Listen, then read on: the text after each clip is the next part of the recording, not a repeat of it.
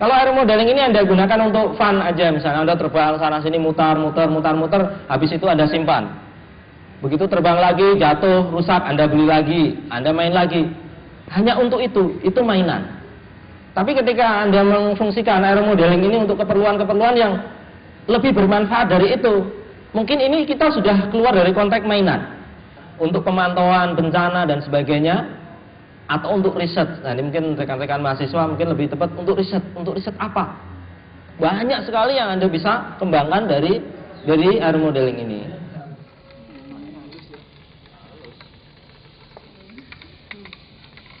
Yang paling enak memang mulai dari mahasiswa. Ada cari pesawat.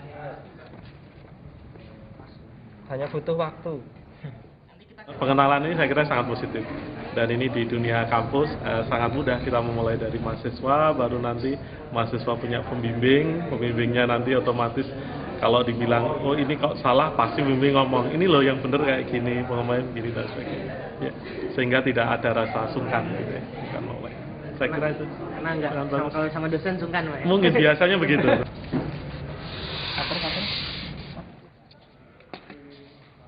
Meskipun tidak direncanakan. Kalau dulu teman-teman bikin pesawat dari balsa, kemudian harus membeli dengan bahan yang mahal dan sebagainya, terus kita mencoba cari alternatif. Misalnya dengan pesawat gabus, peralatan-peralatan elektronik semuanya beli. Kita coba membuat alat-alat elektronik yang mungkin dibikin.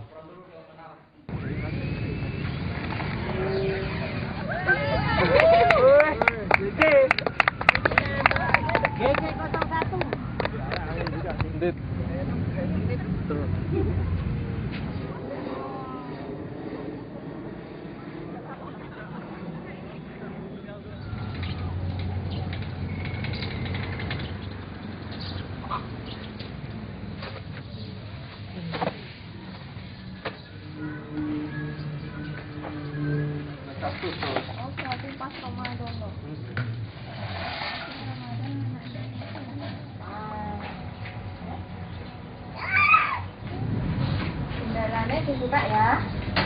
Ya. Ya, oke.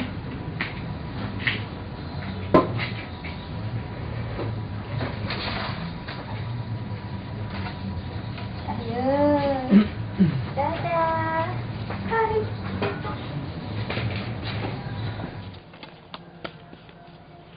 Polis bener.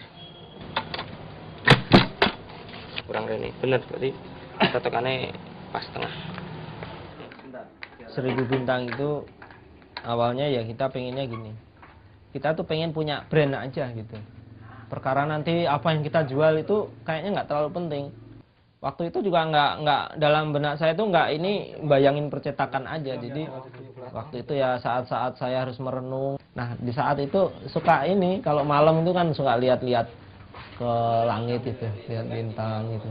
Terus saya teringat, wah, bintang itu biasanya kalau pelaut itu sebagai penunjuk arah.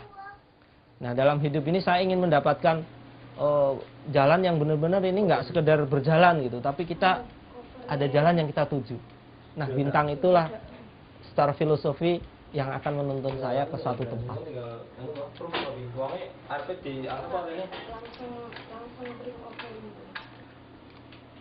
Untuk bisnisnya percetakan.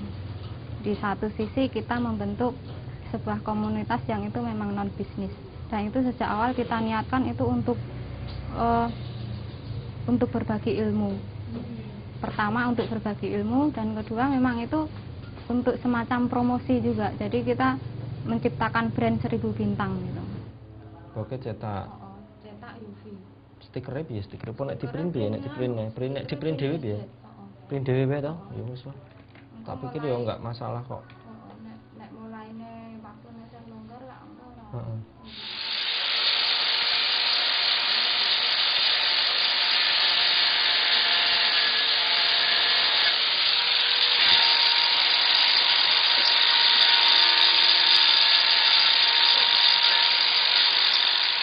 Teman-teman itu kan kebetulan banyak guru, konsumen-konsumen juga banyak kan sekolahan, pelanggan-pelanggan kita.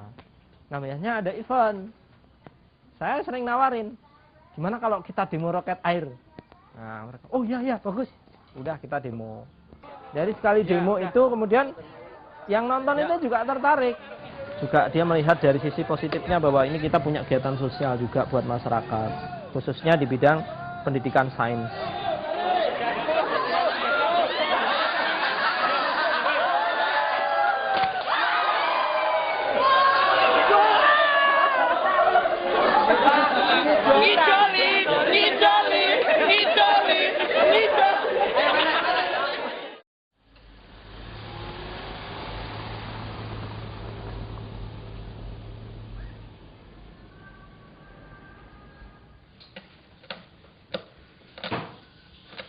Saya SMP itu tahun 91 lulus, terus ke Jogja. Dan dari 91 sampai 94 saya nggak sekolah. Saya bantuin jualan koran teman, kerja juga nyambi di tempat orang. Kalau pagi nyuci mobil, bersih-bersih ngepel rumah. Moga-moga enak seperti biasa. Pakai minum nggak? Iya dong.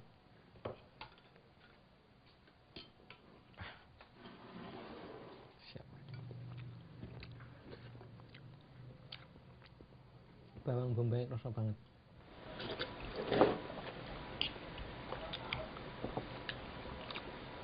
Kayaknya bisa sampai habis nih. Saya kenal Mas Toha itu kan waktu masih jadi office boy. Jadi di situ saya melihat sosok Mas Toha itu tidak seperti office boy. Apa yang dia bicarakan itu kok lebih apa ya? Kalau ngomong itu nggak asal bicara, tapi lebih berbobot menurut saya.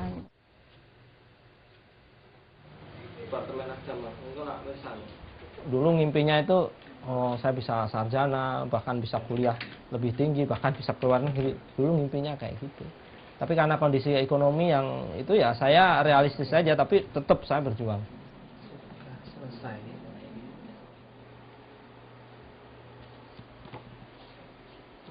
Kalau menurut teman-temannya yang dulu itu memang apa ya, komentarnya itu kalau nggak gila belajar, gila kerja.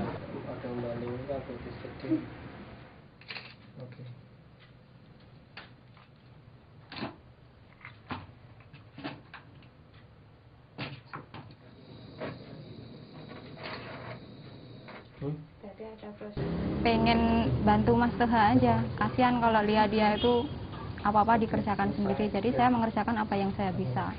Saya berusaha untuk membackup apa yang pekerjaan-pekerjaan di sini yang saya bisa lakukan, saya lakukan.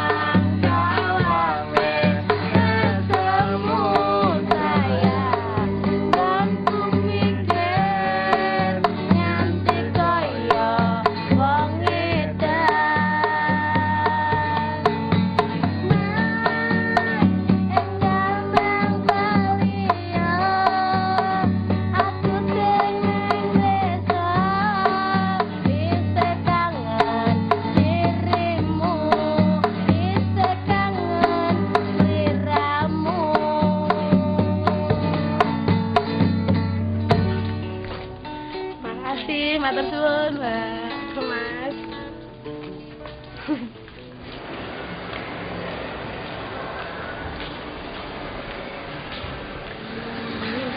Setiap melihat pesawat itu sesuatu yang buat saya sangat menarik untuk saya ketahui.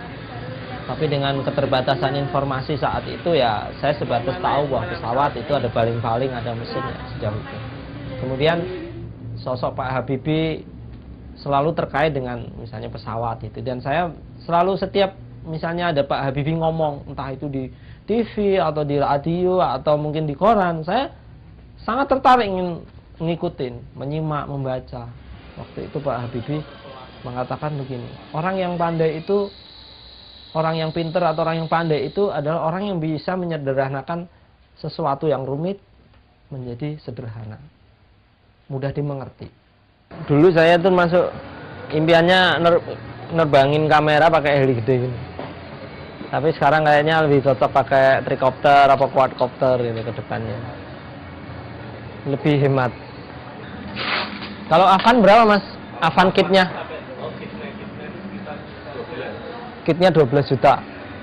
Kit 12 juta, kalau komplit berapa perkiraan? Hah? 35 juta kalau komplit.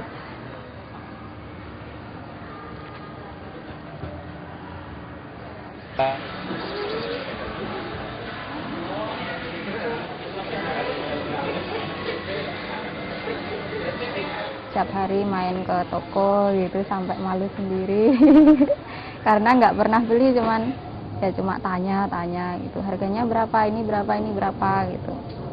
Waktu itu kan untuk membeli pesawat seharga segitu kan masih berat juga Mas, karena memang kondisi ekonomi juga masih kurang gitu kan, masih ya untuk operasional aja masih kadang ada kadang enggak.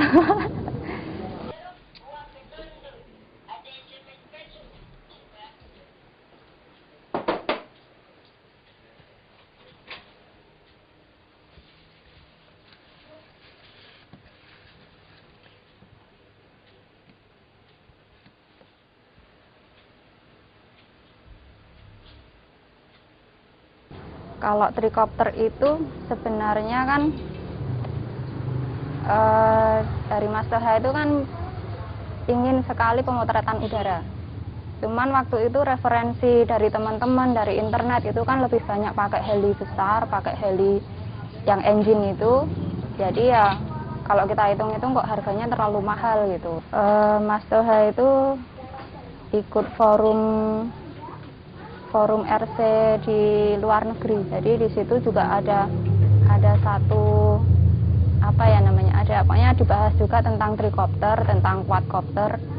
Terus di situ juga banyak orang-orang dari luar gitu yang memang membuat sendiri gitu. Mas Toha terinspirasi ke situ ya mencoba membuat.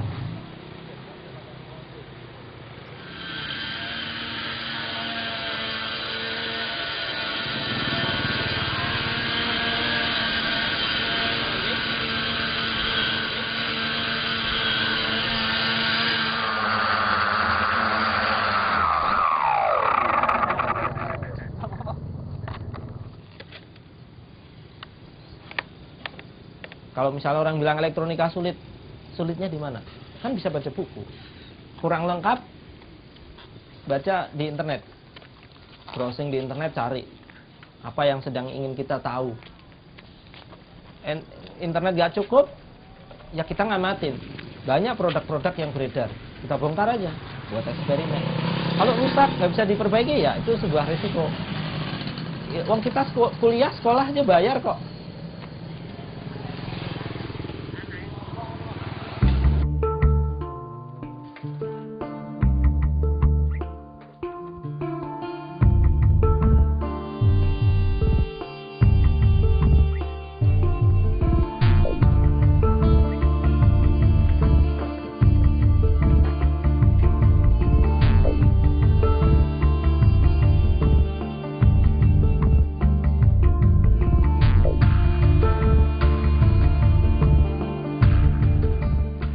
Punya lab seperti ini impian saya sejak kecil.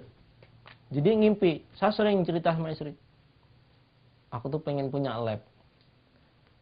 Ya apapun lah isi labnya, mungkin kalau di lab tuh peralatan canggih-canggih ya kita mikirnya apa yang mampu kita bikin, apa yang mampu kita istilahnya ya beli, ya apa adanya lah lab kita gitu. Tapi saya pengen punya lab. Dan inilah ketika saya punya kontrakan, punya rumah gini, ada satu ruangan yang pengen saya set jadi lab gitu. Dan itu untuk saya belajar, dan saya pengennya lab ini bukan milik saya saja tapi juga milik banyak orang lah gitu.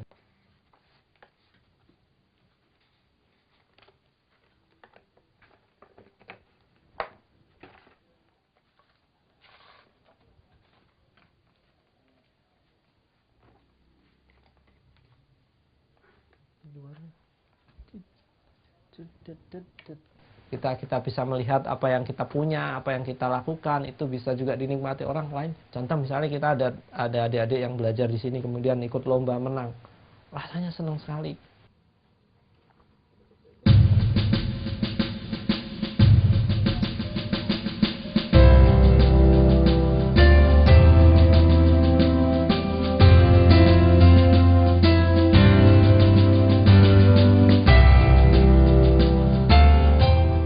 Bagaimana nanti aeromodeling ini bisa dikembangkan menjadi pesawat tanpa awak, bisa autopilot.